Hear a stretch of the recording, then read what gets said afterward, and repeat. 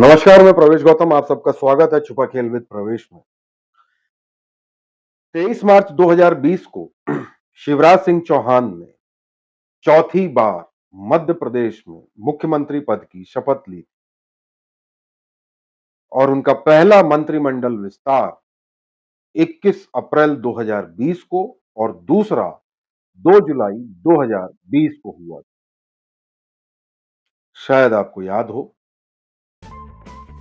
सरकार बनने पर भाजपा के कई नेता और कार्यकर्ता खुश भी थे तो कई नाखुश भी थे। नाखुश कौन थे और क्यों थे, आप समझ गए होंगे। नहीं समझे हो तो बता दूं। उनके मन में टीस थी कि सरकार में इस बार उनकी नहीं सुनी जाएगी। कारण स्पष्ट था, मंत्रिमंडल में पैराशूट वाले 12 नेताओं को मंत्री बनाना। ये मैं मेरा अनुभव बता रहा हूं, मेरा आकलन बता रहा हूं, मेरे सूत्रों से हुई चर्चा के अनुसार आपसे बात कर रहा हूं। इसके अलावा एक बात जो सबसे ज्यादा चर्चा में रही वो है 1 जुलाई 2020 को शिवराज सिंह चौहान का बयान, जिसमें उन्होंने कहा था कि मंथन से, आपको याद होगा, उन्होंने कहा था कि मंथन से जो विष निकलता है उसे शिव को ही पीना पड़ता है। किसको मिलेगा और विष किसको मिलेगा? मंथन से अमृत ही निकलता है, विष तो सिर्फ पी जाते हैं। क्या वाकई में ऐसा हुआ? इस बयान के कई मायने निकाले गए। कई प्रकांड पंडितों यानी राजनीतिक विश्लेषकों, वरिष्ठ पत्रकारों ने और आम आदमी ने भी, कई नेताओं ने भी अपने अपने तरीके से इस बयान का विश्लेषण किया। उन विश्लेषणों पे मैं नहीं जा रहा, सबके अपने अपनी समझ थी और सबका अपना विश्लेषण। पर आज शिवराज सरकार को 3 साल पूरे हो चुके हैं। जी हाँ, और मंत्रियों के कुछ के हुए, कुछ के होने वाले हैं। पिछले 3 वर्षों का आकलन किया जाए तो यह कहना गलत नहीं होगा कि इस बार शिव ने नहीं बल्कि शिव के गणों ने विष पिया। आपको लगेगा ऐसा क्यों, बताता हूं। याद करिए पूर्व मुख्यमंत्री कमलनाथ का एक बयान, जिसमें कमलनाथ ने कहा था कि इस बार मंथन से अमृत तो निकला ही नहीं। मंथन यानी उस समय चर्चाएं चल रही थी, कौन मंत्री बनेगा, कौन नहीं बनेगा, सरकार कैसे चलेगी। तब कमलनाथ जी ने कहा था मंथन से अमृत तो निकला नहीं बल्कि विष ही विष निकला। अब तो इसको रोज पीना पड़ेगा, यानी शिवराज जी को रोज पीना पड़ेगा।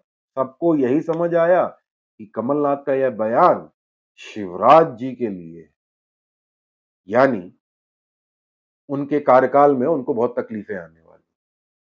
पर पिछले 3 साल में सरकार के कामकाज पर नजर डाली जाए तो मेरा यही मानना है कि इस सरकार में विषपान शिव ने नहीं बल्कि उनके गणों ने किया। आम जनता के लिए क्या काम किया क्या नहीं वो तो बात की बात है, पर मैं एक राजनीतिक विश्लेषण के हिसाब से बता रहा हूं वो कैसे, उसमें एक आध कुछ उदाहरण भी दूंगा तो शायद आपको समझ में आए। विषपान करने वालों में मंत्रियों के अलावा संगठन के बड़े नेता भी शामिल हैं। आप पूछेंगे कैसे, तो बता देता हूं। मेरा मानना है कि इस बार की सरकार में मंत्री पद के लिए शिवराज जी की ज्यादा नहीं चली। शायद आपका भी यही मानना हो। कोई संघ के कोटे से मंत्री बना तो कोई दिल्ली के कोटे से, कोई संगठन के कोटे से मंत्री बना। रही सही कसर सिंधिया गुट यानी सिंधिया कोटे ने पूरी कर दी। 12 मंत्री थे कांग्रेस से आए हुए विधायकों के, जिनमें ज्यादातर सिंधिया समर्थक थे। नतीजा शिवराज के करीबी माने जाने वाले कई नेता जो पूर्व की सरकारों में मंत्री भी रहे, जैसे राजेंद्र शुक्ला आदि, उनको इस सरकार में, जबकि काफी आश्वस्त थे वो ये सब, फिर भी इस सरकार में केवल विधायकी से ही संतुष्ट करना होना पड़ा। वो बात अलग है कि उनके एरिया में उनकी सबसे ज्यादा चलती है। बहरहाल शुरू में सबको लगा कि शिवराज जी इस बार थोड़ा कमजोर पड़ गए क्योंकि मंत्रिमंडल में उनका बहुमत नहीं था। सबको लगा अलग अलग गुट से मंत्री आए हैं तो कैबिनेट में कई निर्णय उनके अनुसार नहीं हो पाएंगे। और समर्थक उनके नहीं है। पर क्या ऐसा हुआ? ऐसा तो मेरा मानना है कि ऐसा नहीं है। इसके अलावा प्रदेश अध्यक्ष वीडी शर्मा से भी शिवराज जी के रिश्ते उतने अच्छे नहीं बताए जाते। अंदर क्या है कोई नहीं जानता, पर बाहर से देख के लगता कुछ ऐसा ही है कि उनके आपस के रिश्ते बहुत अच्छे नहीं हैं। 3 साल की बात कर रहा हूं, अब भले चुनाव आते-आते मीठे हो रहे हो। बहरहाल, लेकिन शिवराज तो शिवराज है। उनके दिमाग और राजनीति शास्त्र के ज्ञान के सामने सारे आकलन धरे के धरे रह गए। उसका नतीजा ये हुआ, गणों यानी मंत्रियों और संगठन के कई नेताओं, बड़े नेताओं को लगभग जहर ही जहर पीना पड़ा। मतलब उनके काम नहीं हुए। कैसे, मैं बताता हूं, एक आध उदाहरण भी दूंगा। फिलहाल आम जनता की बात नहीं कर रहा हूं, राजनीति की बात कर रहा हूं, पार्टी में क्या है। शिवराज जी ने अपना दिमाग इस्तेमाल करते हुए ब्यूरोक्रेसी में ऐसा दांव चला कि मंत्रियों के निर्देश प्रमुख सचिव व आयुक्त के यहां धूल खाने लगे कई प्रमुख मामलों में। यहां तक कि कई मंत्रियों की सिफारिशों को ब्यूरोक्रेसी ने हाथ तक नहीं लगाया। एक आध में तो मैं खुद देखा है, मैं गवाह भी हूं। नोटशीट महीनों पड़ी रह गई। तबादले में भी मंत्रियों की सिफारिशें केवल एक कागज का टुकड़ा बनकर रह गई। तबादले बहुत अहम रोल प्ले करते हैं अपने कार्यकर्ताओं को जोड़ने और खुश करने के लिए, क्योंकि हर नेता चाहता है उसका पसंद का अधिकारी उसके जिले में बैठे ताकि उसके काम हो और वो राजनीति कर सके। वहीं नीति निर्धारण से संबंधित भी कई मामलों में विभाग के मंत्रियों की अनदेखी की गई, यानी पीएस एसीएस मंत्रियों की लगभग अनदेखी करते रहे। क्लास वन अधिकारियों की पदस्थापना कहूं या उनसे काम करवाने का सपना मंत्रियों के लिए केवल सपना सा ही रह गया। हकीकत है ये मेरा अनुभव मैं बता रहा हूं, जो मैंने आकलन किया, देखा और समझा। एक किस्सा है, इस सरकार के कद्दावर माने जाने वाले मंत्री जी के यहां उनसे मदद की उम्मीद लेकर पहुंचे कुछ कार्यकर्ताओं और लोगों ने मंत्री जी के मन मुताबिक जो उनकी मंशा थी, हामी भरी, लेकिन काम नहीं हुआ। जब कार्यकर्ताओं का दबाव बढ़ा तो मंत्री जी 1 साल तक यही कहते रहे कि प्रमुख सचिव बदलने वाले हैं, उनके बदलते ही काम हो जाएगा। और 1 डेढ़ साल 2 साल तक काम नहीं हुआ। कई मामलों में तो मैंने देखा है जिसमें 2 साल हो गए लेकिन काम नहीं हुआ और लोग परेशान हैं, मंत्री जी की सिफारिश कोई सुन क्यों नहीं रहा। ये तबादले वाले मामले नहीं थे, पर इसमें तबादले वाले भी कुछ मामले हो सकते हैं। बहरहाल, एक किस्सा तो यह भी है जो मैंने सुना है कि एक अफसर एक अच्छे विभाग में अच्छे पद पे बैठे थे, उनके अधिकार केवल इसलिए काट दिए गए क्योंकि उनको प्रदेश अध्यक्ष का करीबी माना जाता है या उनका समर्थक माना जाता है। प्रदेश अध्यक्ष के दबाव के चलते उन्हें पद से तो नहीं हटाया गया, पर उनके ऊपर ऐसे ब्यूरोक्रेट को बैठा दिया जिसने इस अधिकारी के सारे अधिकार काट दिए या छीन लिए या हटा दिए या मिटा दिए। नतीजा, बिना अधिकार के अधिकारी बनकर समय काटते रहे ये अधिकारी। हकीकत है ये। उम्मीद यही थी बस कि शिवराज जी बदलेंगे, जो पिछले 3 सालों में हर 4 महीने में शिगुफा चलता है कि शिवराज बदलने वाले। तो जब ऐसा शिगुफा चलता तो उम्मीद जगती शिवराज जी बदलेंगे तो उन सब अधिकारियों का, कार्यकर्ताओं का भला होगा जिनके काम नहीं हो रहे। और शिवराज जी की कूटनीति ऐसी चली कि बाद में उस अधिकारी को पद से भी हाथ धोना पड़ा। जी हां, जिसके अधिकार काट दिए उसका हाथ धोना पड़ा। हालात इस कदर बदतर हो गए कि ज्यादातर मंत्रियों के बंगले में विधायकों की संख्या लगभग शून्य सी हो गई, क्योंकि कई विधायकों का ऐसा मानना है कि जब मंत्री जी की न तो आयुक्त सुन रहे हैं, ना ही प्रमुख सचिव, ना ही अपर प्रमुख सचिव, यानी ब्यूरोक्रेसी में उनकी सुनवाई ना के बराबर है, तो इनके पास समय बर्बाद करने का क्या फायदा। अपने क्षेत्र में कोई काम करवाना हो, किसी का तबादला कराना हो, किसी की समस्या का निराकरण करवाना हो, तो ज्यादातर मामलों में मंत्रियों की कमिश्नरों नहीं सुन रहा, ऐसा नेताओं का मानना है। तो उन्होंने सोचा कि उनके यहां जाने का क्या औचित्य। लगभग यही हालात संगठन के बड़े नेताओं के यहाँ के भी है। भाई, जब मंत्रियों की नहीं चल रही, संगठन के बड़े नेताओं की नहीं चल रही, तो वहां जाके टाइम क्यों वेस्ट करना। अगर कोई विशेष काम करवाना है तो शिवराज जी को सीधे खुश करना पड़ेगा, यानी उनसे सीधे मिलना पड़ेगा। और शिवराज जी की कूटनीति और राजनीति शास्त्र यही कहता था, और उनका दिमाग भी यही था, और ये चाहते भी यही थे कि कार्यकर्ता या लोग मंत्रियों के यहां नहीं बल्कि उनके यहां सीधे आए। मतलब प्रदेश में भाजपा में राज्य स्तरीय नेताओं का लगभग खात्मा। और हकीकत है, अब केवल कोई है तो वह है केवल और केवल शिवराज, जो प्रदेश स्तरीय नेता भाजपा में है। दूसरी लाइन लगभग खत्म सी हो गई है, लगभग हर नेता एक क्षेत्र तक सीमित हो गया। प्रदेश अध्यक्ष के हाल भी कुछ ज्यादा ठीक नहीं बताए जाते। प्रदेश की ब्यूरोक्रेसी में चुन चुनकर उनके लोगों को, यानी उनके समर्थकों को, या जो उनको अप्रिशिएट करते हैं, उनको निशाना सा बनाया जा रहा है। अरे मतलब निशाना मतलब मारा नहीं जा रहा, बल्कि उनके दांत काटे जा रहे हैं, जैसे बिना दांत के शेर, टूथलेस टाइगर। एक का उदाहरण मैंने आपको दिया। यहां तक कि प्रदेश अध्यक्ष जी को भी कुछ विशेष लोगों के काम के लिए कई बार दिल्ली दरबार में अर्जी लगानी पड़ रही है, ऐसा हमारे सूत्रों का कहना है। ज्यादातर कार्यकर्ता सीएम हाउस नहीं पहुंच सकते। हकीकत है, जो जमीनी कार्यकर्ता हर कोई सीएम हाउस की पहुंच नहीं रखता। वो तो केवल अपने आसपास के नेताओं के यहां ही चक्कर लगा सकते हैं या हाजिरी लगा सकते हैं कि साहब हमारा काम करा दो, जिला अध्यक्ष, संगठन मंत्री और लगभग सभी जगह एक ही जवाब मिलता है। कुछ कार्यकर्ताओं का दर्द उन्होंने मुझसे भी बयां किया कि वहां उनके बड़े नेता यही जवाब देते हैं कि जब विभागीय मंत्री जी की ही नहीं चल रही तो फिर बाकी लोगों की क्या चलेगी। मतलब साधारण कार्यकर्ताओं के काम लगभग नहीं हो सकते।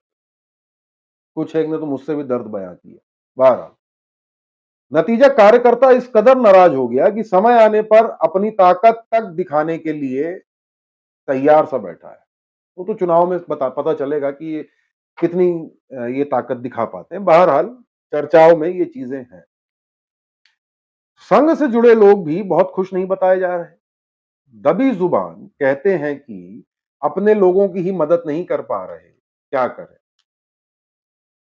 ऐसी सरकार का क्या लाभ। लेकिन यह भी मजबूरी में सबके सामने सरकार का साथ दे रहे हैं। क्या कर, देना ही पड़ेगा, नहीं तो पद है उससे भी, जो आपको संघ में पद मिला है, संगठन में, उससे भी आप हाथ धो बैठेंगे। हकीकत है, दर्द है, काम नहीं हो रहा है, क्या करेंगे।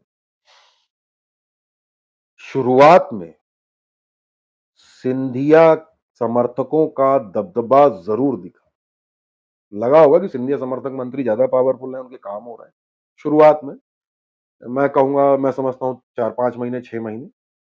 लेकिन धीरे धीरे शिवराज सरकार ने भी इन नेताओं को ठंडा करने में लगभग सफलता हासिल कर। जी हाँ, परिवहन विभाग का उदाहरण सबके सामने है। नतीजा, सिंधिया गुट नाराज, मगर कर भी क्या सकते हैं। सिंधिया गुट के नेता हैं, लेकिन कर क्या सकते हैं।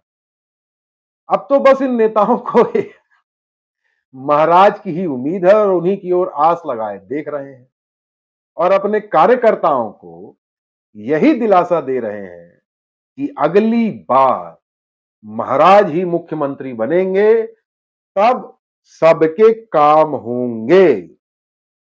कुछ एक शायद नेताओं ने स्टेज में भी कह दिया, मुख्यमंत्री ज्योतिरादित्य सिंधिया जी, उनको मुख्यमंत्री संबोधित कर दिया। आपने वीडियो देखे होंगे, वायरल हुआ था।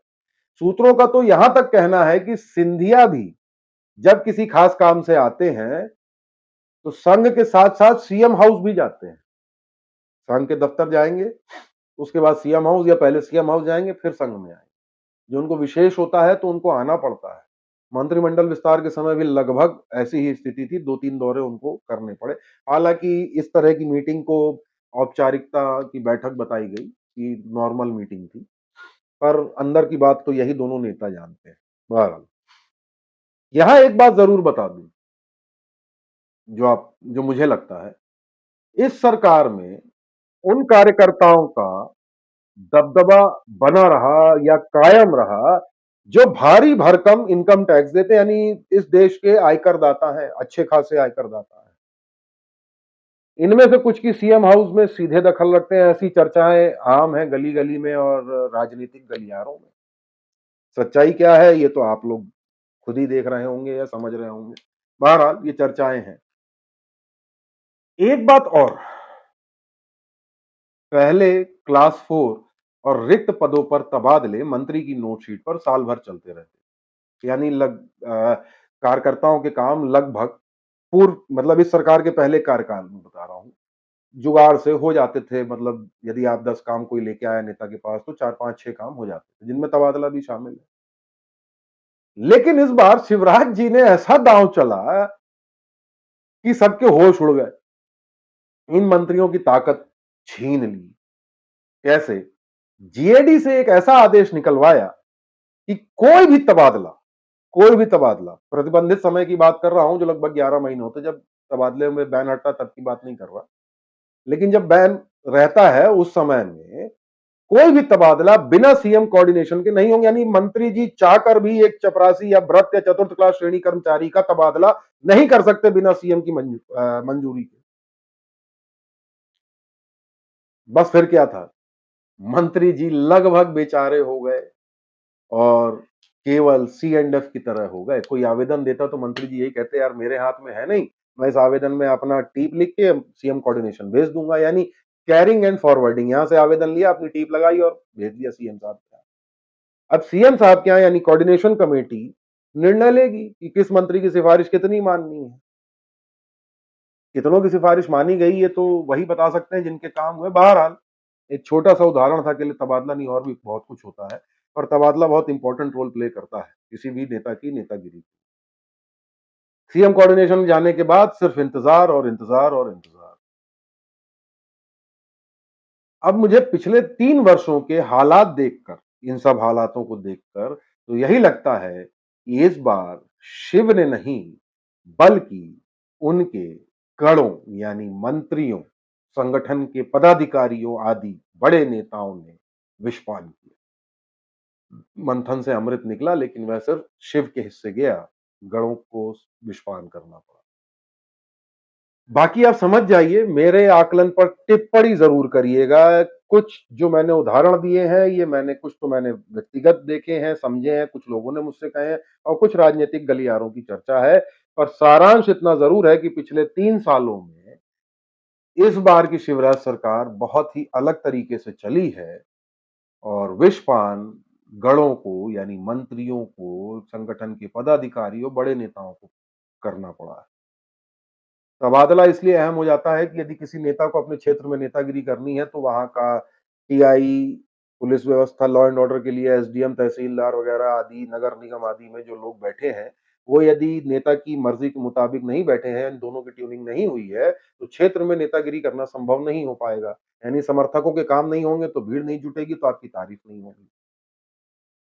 ये ध्यान रखिएगा। और एक चीज और बता दूं, प्रदेश में राज्य स्तरीय नेता शिवराज के अलावा दूसरा पनप नहीं पाया है। पिछली सरकार में कुछ उम्मीद जरूर थी, एक आध नेताओं के नाम जरूर आ रहे थे, लेकिन इस बार शिवराज जी ने उन सबको लगभग लगभग खत्म कर दिया है।